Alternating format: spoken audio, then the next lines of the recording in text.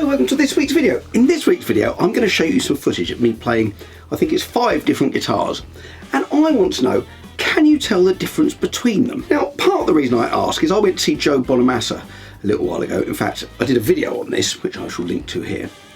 And I mentioned that I thought these guitars all sounded rather similar. I think I entitled the video, I'm going to sell all my guitars, because there's no point having more than one sort because they all sound the same. Now, he was using quite a lot of gain on his sound, which I think is part of the reason why they sounded more similar. And I think as you use more gain, they do become more similar. So, I'm going to show you this. What this was, I did a show at a venue called the Brunswick, which is near where I live. It's near Brighton in the UK. And the show is called Guitar Through Time. And the idea of the show is that I'm going to play all the different styles of guitars, or some of the different styles of guitars. In fact, I didn't play that one this time. On sort of songs that they're famous for being played on by the players that are famous for playing those instruments. Now the show went really well, and luckily I filmed it on my phone and a GoPro. Got some really good footage, particularly off the phone. Just when the light's right, the phone's really good for that kind of thing. And also the venue has this system built in by a company called Set Mixer, and they automatically record all the multi-tracks.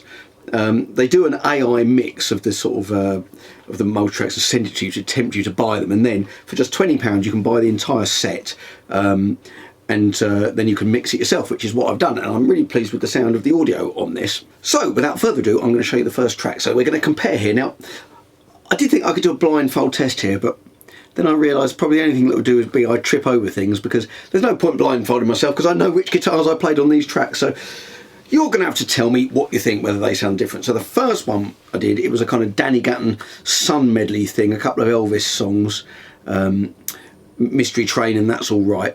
And here's a bit of a solo from one of them, and it's on my Danny Gatton Telecaster. They're all through the same amp and the same pedal board. I'm maybe using a little bit of boost.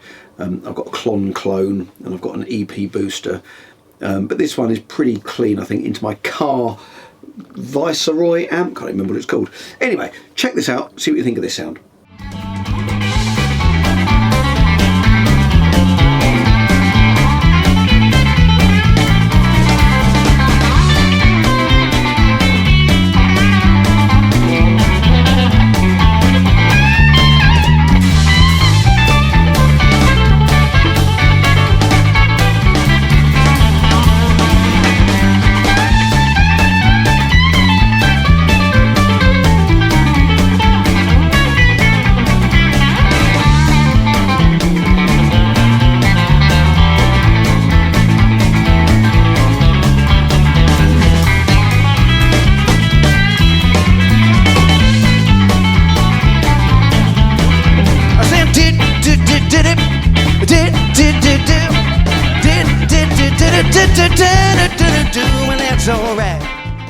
So there we are, that's from the start of the show, the Telecaster section.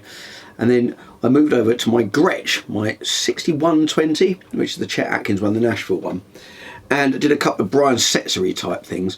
And I think, listening to this, I'm probably using a very similar setup in terms of the boost and the pedals. I might be using less boost because they've got higher output pickups on the Gretsch. So check this out, see if you think this sounds different to the Telecaster. I think it does. I think you can hear that it's a hollow guitar, because there's not too much gain on here, so you think you can hear the difference. So let me know what you think.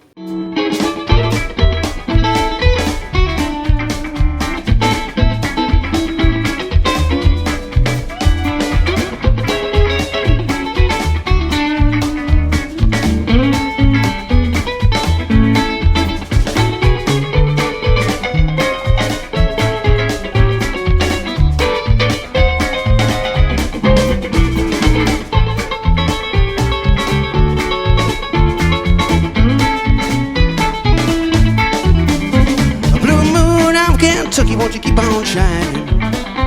Then third, I moved over to the Strat. Actually, I'm going to go back to the last guitar. Interestingly, that was out of the Strat, the Les Paul and the Telecaster, that Gretsch was the last one to go into production, 1955, which I was surprised about because to me it looks like the sort of most vintagey looking guitar. Anyway, moved on to the Strat, and I did some songs that I've never played before on the Strat, which I really enjoyed doing. Did Apache by the Shadows and Mizzaloo by Dick Dale, just because I thought they sort of epitomised that with its very early 60s kind of clean Strat sound. But then of course I've moved on to the Hendrix and Jeff Beck, later Jeff Beck, and some Steve Ray Vaughan and stuff.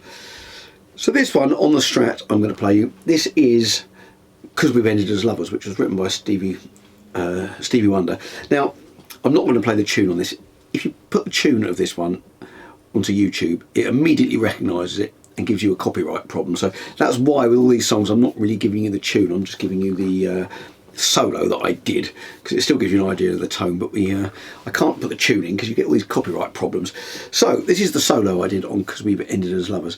It was really good this on this particular show because we had Johnny on second guitar and keyboards, which made an enormous amount of difference, particularly on these kind of tracks that had these nice keyboard pads, but it made an amazing difference on all the tracks. So this one is Because We've Ended as Lovers by Jeff Beck on my Strat, which is a 1956 custom shop closet classic. It was when I bought it. It's more like a relic now.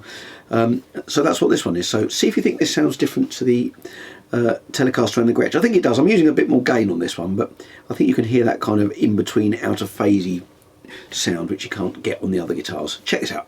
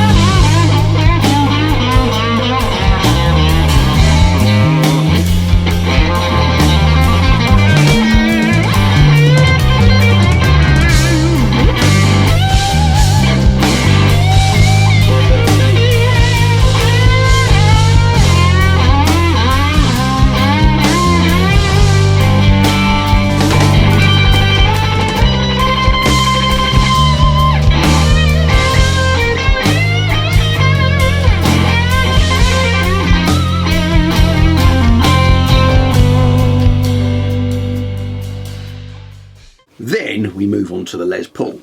Now I did do another song with less gain. We did Need Your Love So Bad. I was kind of explaining how Need Your Love So Bad and the one you're going to hear, which is Parisian Walkways, were played on the same guitar because Gary Moore bought it off Peter Green.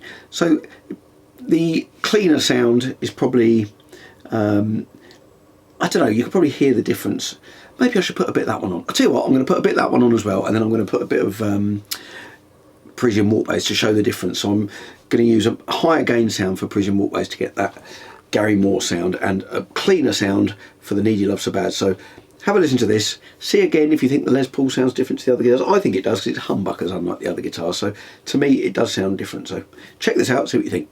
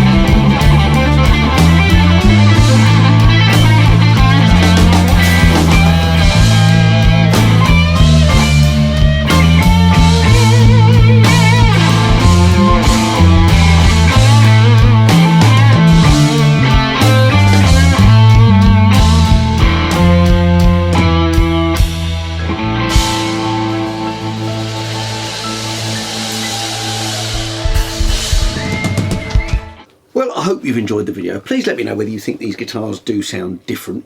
Otherwise I might as well get rid of them and just take one guitar, although that would slightly destroy the point of the show. And the last guitar I took, this is only a very short clip, because this is the Van Halen and it's Jump. Now I'm going to say I'm not playing this solo note for note, so it doesn't get recognised by the YouTube detection thing and copyright strike me.